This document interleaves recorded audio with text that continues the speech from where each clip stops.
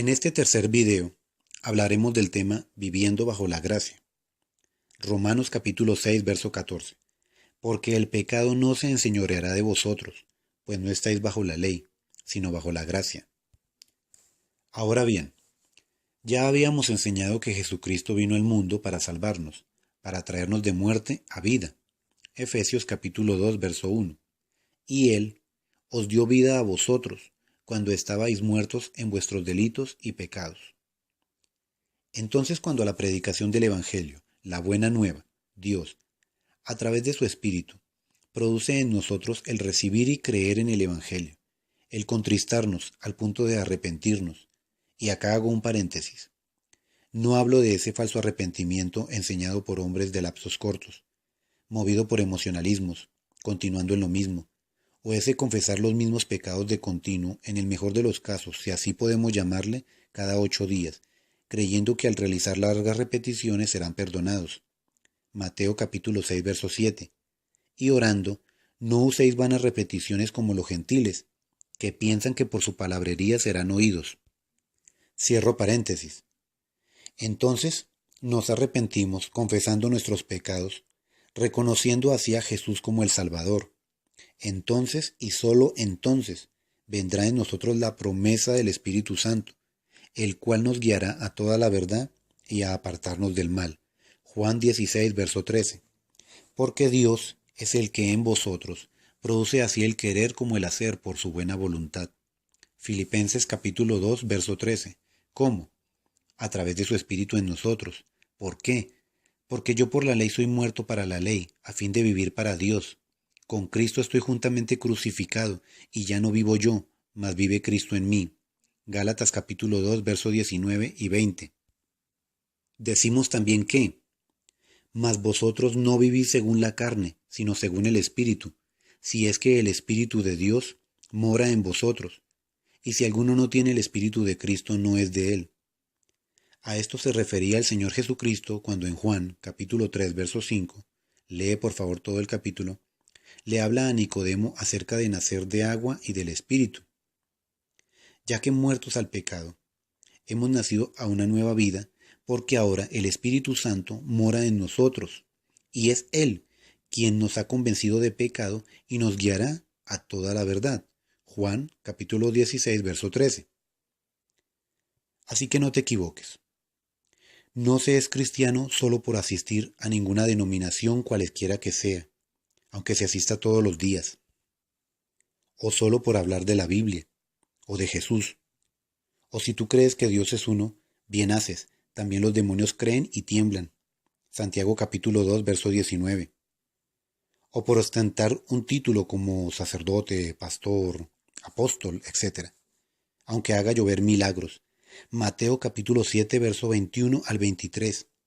No todo el que me dice Señor, Señor, entrará en el reino de los cielos, sino el que hace la voluntad de mi Padre que está en los cielos. Muchos me dirán en aquel día, Señor, Señor, ¿no profetizamos en tu nombre y en tu nombre hicimos muchos milagros? Y entonces les declararé, nunca os conocí, apartados de mí, hacedores de maldad. Entonces, ¿quién es un cristiano? ¿Alguien que no se equivoca? ¿Un ser perfecto, sin errores? No, es uno que ha creído en el Evangelio y quien a través del Espíritu Santo cada día muere a su yo y reconociendo su debilidad se deja guiar sin justificaciones, siendo esto notorio con sus actos y no solo de palabras. O como dice en Juan capítulo 14, versículo 21 al 24, el que tiene mis mandamientos y los guarda, ese es el que me ama, y el que me ama será amado por mi Padre, y yo le amaré, y me manifestaré a él. Le dijo Judas, no el Iscariote, Señor, ¿cómo es que te manifestarás a nosotros y no al mundo? Respondió Jesús y le dijo, el que me ama, mi palabra guardará, y mi Padre le amará, y vendremos a él y haremos morada con él. O sea, a través de su Espíritu. El que no me ama, no guarda mis palabras, y la palabra que habéis oído no es mía, sino del Padre que me envió. Concluimos entonces que la ley dada por Dios al pueblo de Israel, expresada en ordenanzas, escrita en piedra y no en sus corazones a través del Espíritu, la cual para poderse autojustificar para salvación debía cumplirse en su totalidad, entre las que se encuentran la práctica del diezmo, el guardar los días, la circuncisión, entre otras, fueron abolidas por Cristo en la cruz, ya que eran un ayo o guía, tutor, para llevarnos a Cristo.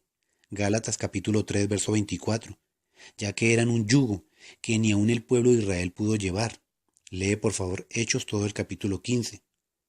Así que los cristianos muertos a la ley, ahora vivimos bajo la gracia, lo cual significa que una vez muertos al pecado, ante la aceptación del Evangelio, con lo ya expuesto, habiendo recibido el Espíritu Santo, el cual ahora mora en nosotros, porque ahora nosotros somos su templo, de lo cual hablaremos en un próximo video, cumplimos gracias a Él, el Espíritu Santo, con sus mandamientos, ya que somos guiados a cumplirla por Él mismo, grabadas ya no en piedra o tablas, sino en nuestros corazones, teniendo como base en Mateo capítulo 22, verso 37 al 40.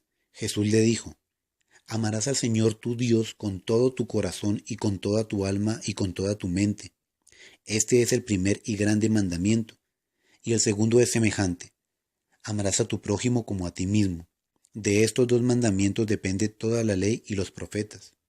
O lee Romanos capítulo 13, verso 8 al 10.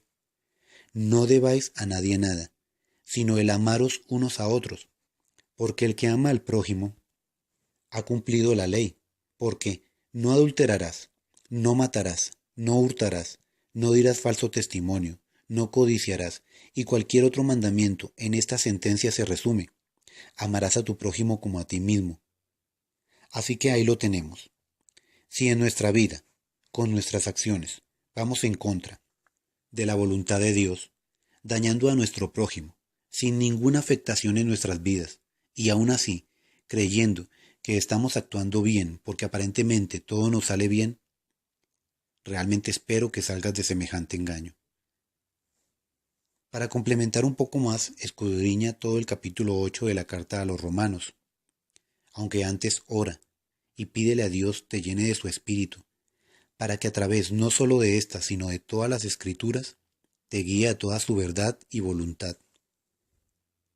En el próximo video hablaremos de la Biblia, las Sagradas Escrituras, un pequeño resumen histórico y doctrinal, como base para una nueva vida en Cristo. Bendiciones.